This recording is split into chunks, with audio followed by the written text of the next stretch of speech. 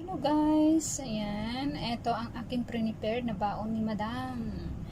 Broccoli salad with avocado, cherry tomato and nilagang itlog. Ayan. Yan din yung ating kanyang sauce. Apple cider vinegar at saka extra virgin avocado oil guys. Yan, mix ko lang siya, tapos nilagay sa gilid, bahala na siyang maghalo. Yan ang healthy lifestyle ni Madam.